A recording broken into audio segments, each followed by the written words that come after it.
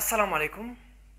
My name is Sayyid Kashif Mahmood. In this lecture, I will briefly talk about human respiratory system. In this lecture, we will try to know different structures which are helping in human respiration. As well as at last, we will also talk about breathing, gaseous exchange, as well as respiration. So let's start from the structures. The first structure which we will discuss now, that is nose. Nose is very important. If we don't have nose, so we cannot know the smell of different things. As well as this nose also play a very important role in human respiration. This nose is really just like a gate. As in normal life, when we are going to a college, so the first thing which we are facing, that is gate. So this nose is really just like a gate. When the air going to lungs, so this is the gate through which the air getting inside our body. Our nose having two nostrils, and those nostrils allow the air to get inside the nose. If we analyze, let's suppose this is nose and this is outer atmosphere.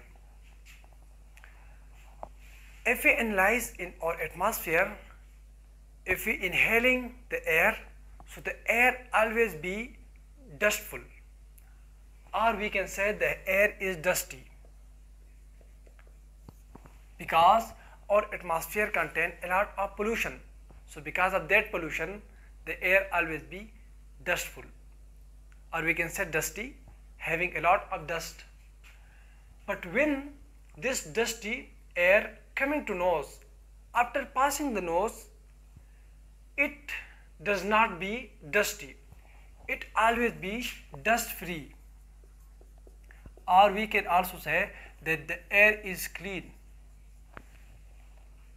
Why? Because inside the nose there are some mechanism occur which making the air suitable for our body.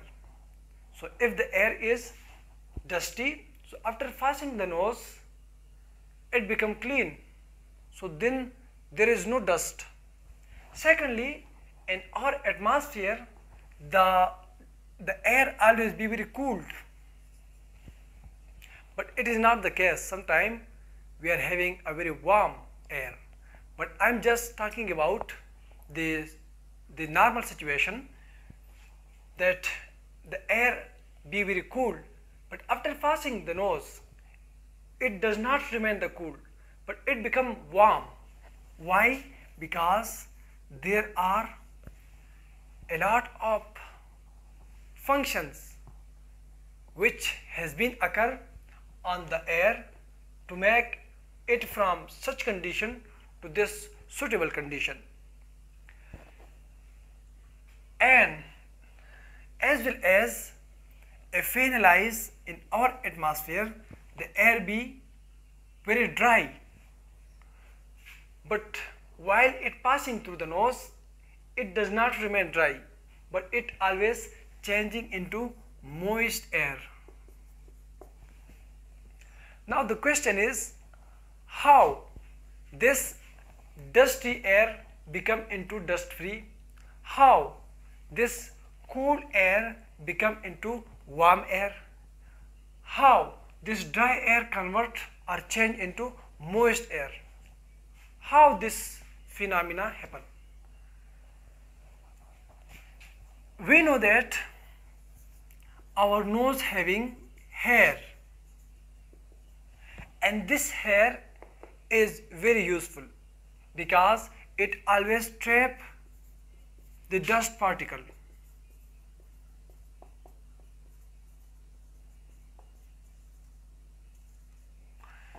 So when these hairs trapping the dust particles, so the dusty air become into clean air. We also know that our nose having a lot of blood vessels, and blood vessel contain blood, and we know that blood is very hot. So because of this blood, the cool air always changing into warm air. So we can say that this blood vessel always trying to make the air warm. So its function is warming the air. And we know that in our atmosphere the air always be very dry. So when the air is dry, so our nose contain mucous membrane, and this mucous membrane secrete mucus, and we know that mucus is liquid. So because of this mucus, the dry air converting into moist air. So after this, we can say that we are very lucky to have nose. That's why doctor always suggests that whenever we are having breath, we must have to breathe through nose, because if we are breathing through mouth, so then we know that our mouth don't have hair, so our mouth cannot trap the dust particle, so we can get ill. We can inhale allergens, we can inhale dust particle, we can inhale the pollen, etc., which is not suitable for our lungs. So that's why the doctor always suggests that we must have to breathe through nose. After talking about the first structure, that is nose, now let's talk about the pharynx. So pharynx coming after the nose, it is almost 4.5 inches long, and this pharynx is known as respiratory part as well as digestive part. Why it is known as respiratory part? Because when the air coming into nose, after the nose it going to pharynx. And why it is called the digestive part? Because when we are eating, so the food first going to mouth, after the mouth the food going toward the pharynx. So this part getting air as well as the food, that's why it is known as the respiratory as well as digestive part. In this pharynx there are adenoids as well as tonsils. Now both these two structure helping in immunity. If the pathogens coming to pharynx through mouth or through the nose, which we have already discussed as the structure of respiratory system, when the pathogen coming into pharynx, so pharynx having adenoids and tonsils, so these two structures contain immune cells which play a very important role in immunity. So these two things always trap the pathogens and killing them and make our body free of pathogens. As well as this pharynx also contain the mucous membrane, which again play a very important role like making the air moist. So this was the second structure which helping in respiration and pharynx, let's talk about the larynx. Larynx also contain mucous membrane, which again secreting the mucus, which is liquid like structure, and that mucus, when it meet with air, so the air become moist. So we have discussed that the larynx also contain the mucous membrane, and furthermore this larynx is also known as voice box. Why it is known as voice box? It is because that the sound get produced in the larynx. If we analyze the larynx having structure like this, having two vocal cords, these are known as vocal cords. These two vocal cords, when it get air, so it start vibration, and at the result of vibration the sound is produced. When the sound getting produced, so because of this function, the larynx is also known as voice box, and that sound has been changed to speech by our tongues. So after discussing the larynx, let's talk about the fourth structure, that is trachea. After talking about the nose, the pharynx and the larynx, let's talk about the trachea. Trachea coming after the larynx. This trachea having cilia or hair, which also serve like to trap the dust particle, or even when we are eating the meal, and if suddenly the meal get inside the trachea, so these cilia always helping to trap that food particle, and when we are coughing, so after we cough, the food particle get outside of the trachea, so it preventing the food to go inside the trachea and reach to the lungs, so it preventing the food. So this trachea having cilia, which always trap the dust particle, dust as well as food particle. So because of these cilia, the food and dust particle cannot get inside the lungs. As well as this trachea always also having the blood vessels, which also perform the function as we have already discussed in the nose, that it also warm the air. And this trachea also having mucous membrane, which secrete the mucus and making the dry air moist. So let's draw the structure. Our trachea look like this. It having such structure. This structure look like C alphabet.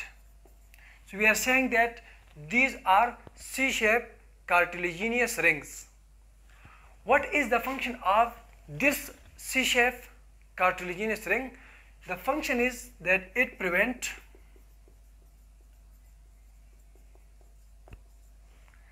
these two layers to collapse. It prevents the collapse. It prevents these two layers to come closer to each other. It behave like rung in ladder.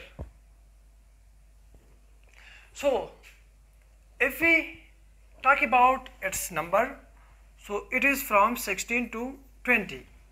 These C-shaped structure are from 16 to 20. So this is trachea. After the trachea, let's talk about the other structures which also helping in human respiration. After talking about the trachea, let's talk about the bronchi.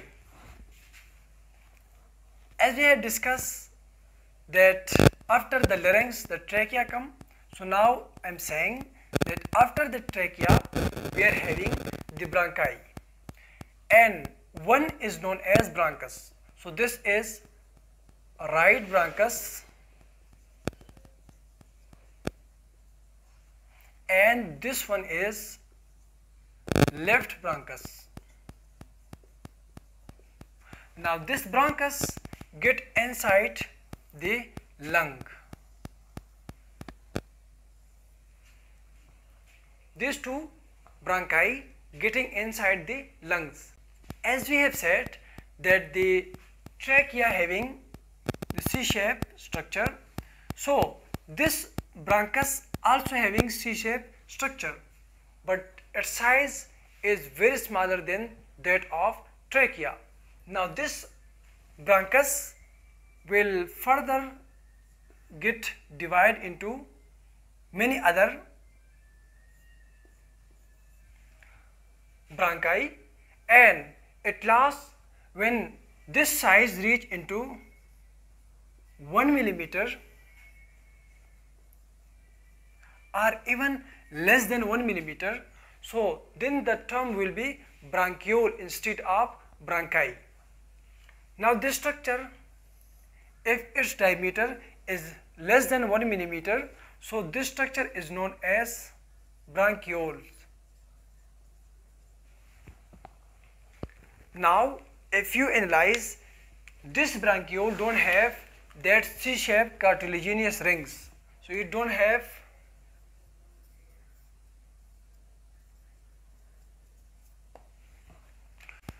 the bronchiole don't have the cartilaginous rings, and as we have said that when the bronchus get too small, that its diameter reach into 1 millimeter or even less, then that is known as bronchiole. And how much is 1 millimeter? So 1 meter is equal to 1000 millimeter. After this we are having some other structures like this.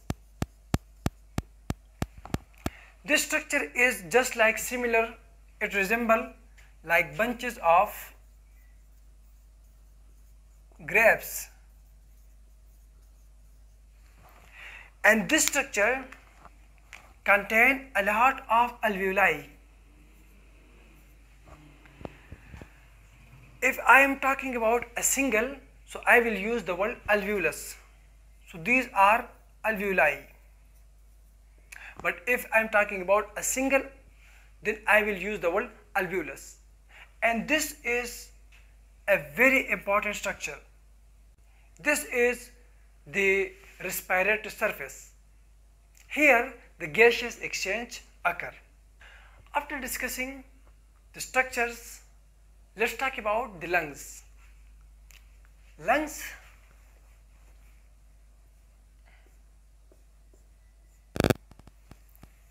it is such structures, it having two membranes. The membranes are known as pleura, and inside the membrane there are fluid, and that fluid are known as pleural fluid. What is the function of this pleural fluid? This fluid make the movement of lungs easy. It make the movement of lungs easy. So this is the function of this pleural fluid. We are having many things to discuss about the lungs, but as I have said already that this lecture will be just in a very brief way. So here we will end the topic of lungs, and let's talk about the diaphragm. So diaphragm is below the lungs. It be like in a dome shape, such structure here, that is known as diaphragm.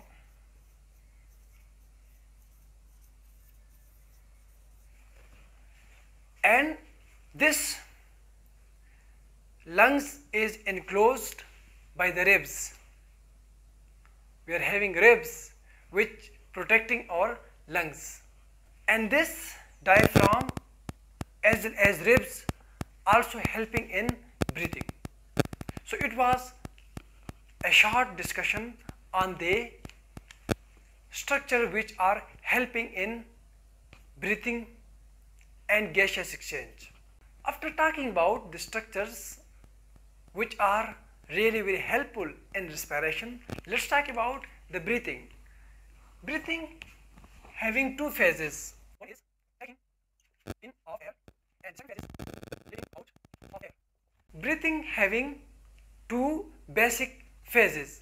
One is that oxygen getting inside the lungs, and the second phase is that the carbon dioxide letting outside from the lungs to the atmosphere. Now when the oxygen getting inside the lungs, we call it inhalation or inspiration, and letting out of air, we call it exhalation or expiration or expiration. When we are inhaling the air, so the muscles of diaphragm always getting contract. So when the muscle of the diaphragm getting contract, let's suppose this is the structure of lungs, and as we have already discussed that here is diaphragm,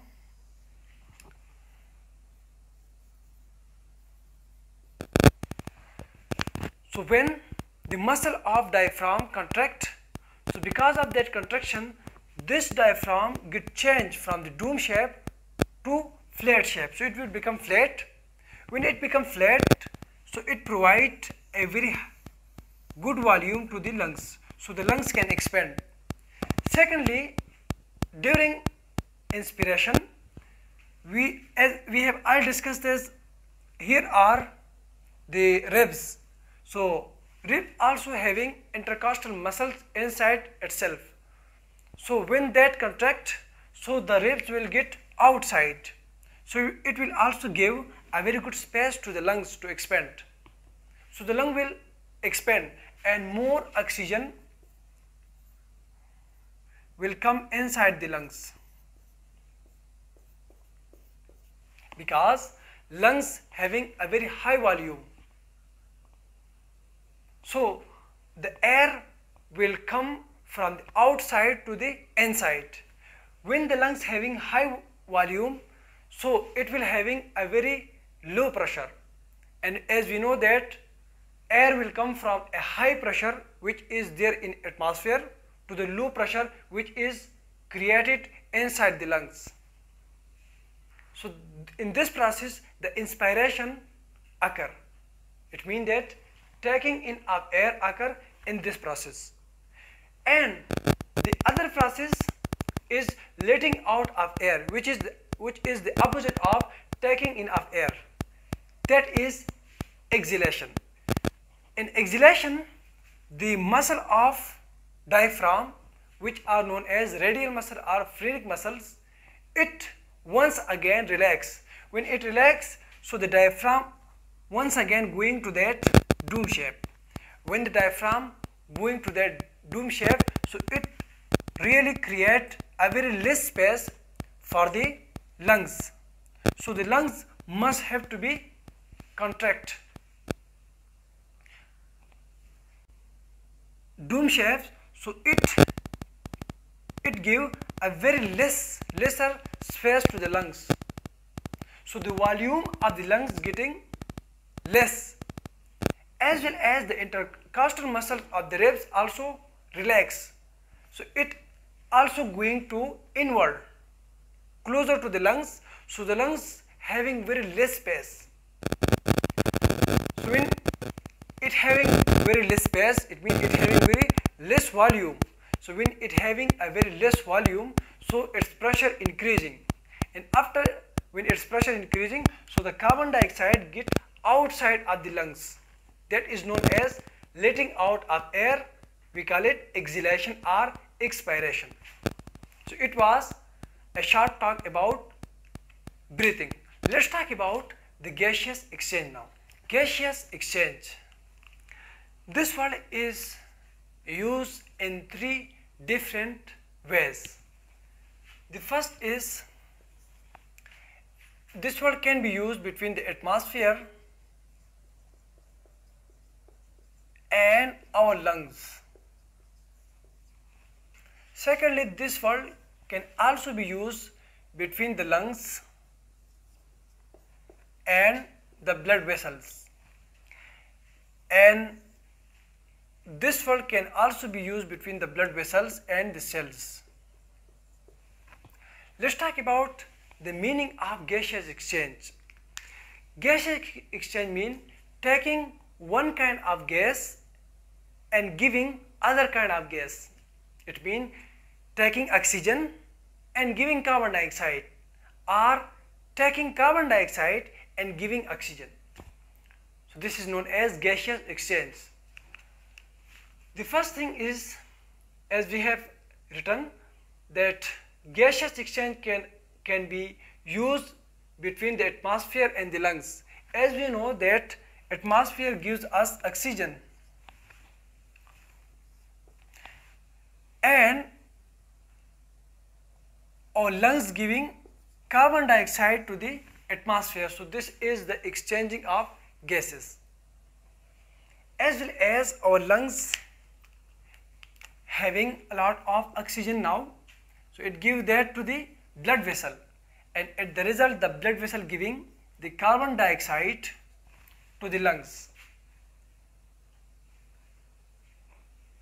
As well as our blood vessel having a lot of oxygen, so it gives that to the cells, and at the result cell gives carbon dioxide to the blood vessels. So this is the exchanging of gases. So this is known as gaseous exchange. After discussing the structures which are helping in respiration and also breathing and gaseous exchange, let's talk about the respiration. Let's define respiration. So we can define respiration as like the breakdown of food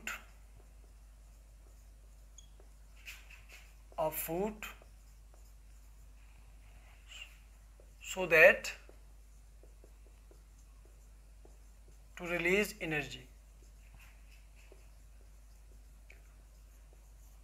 or to get energy. Respiration is that process in which the food getting break down, and at the result we are getting energy. Respiration having basically two types. Number one is aerobic respiration, and number two is anaerobic respiration. Aerobic respiration is that type of respiration in which food is break down when the oxygen is present, and anaerobic respiration occur when the food is break down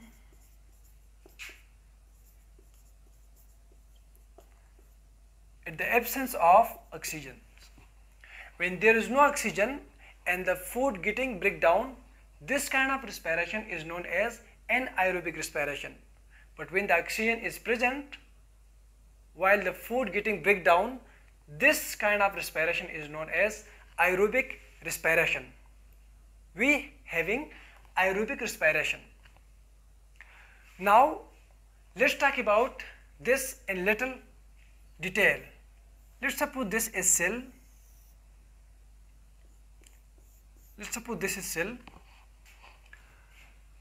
So our cell getting food through digestive system.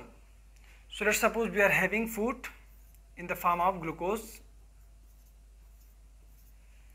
and as I have said that we are having aerobic respiration, so it always occur in the presence of oxygen. So let's suppose this food molecule get break down into oxygen, and at the result we are getting carbon dioxide, water, and the basic thing is energy. The purpose of respiration is to get energy. Why we are need energy? Why we are needing energy? The reason is that we need energy to perform all function of our body. Without energy, we cannot do anything. If you are going to gym, if you don't have energy, so we cannot perform functions there. We cannot run, even we cannot talk and walk if we don't have energy. So we really need this energy. Let's balance the process. So this is the basic process. As I have said that the respiration is the breakdown of food. So this food molecule, that is glucose, it getting breakdown. We are having aerobic respiration, so in which oxygen is present. So oxygen is here. From where this oxygen coming? It basically come from the blood vessels. If this is blood vessel, it getting oxygen from the lungs. It having a lot of oxygen, so it giving that oxygen to the cell. So it getting the oxygen from the respiratory system and food from the digestive system. So this food molecule break down in the presence of oxygen and giving us carbon dioxide, water molecule, and energy. And this carbon dioxide again going from the cell toward blood vessels, and blood vessels giving that oxygen to the lungs, and lungs letting out this carbon dioxide from the body toward the atmosphere. So this is known as respiration, in which the food molecule getting break down so that to get energy. And we are talking about the aerobic respiration. So here the food is getting break down in the presence of oxygen, and we are getting carbon dioxide, water, and energy. But the basic thing is energy, because if there is energy, there will be life. If there is no energy, there will be no life. So it was a short discussion on the human respiratory system. I hope that all of you will have enjoyed the lecture, as well as all of you may have learned from the lecture. So thanks for watching the video, and inshallah I will love to meet you in next videos. Thanks a lot.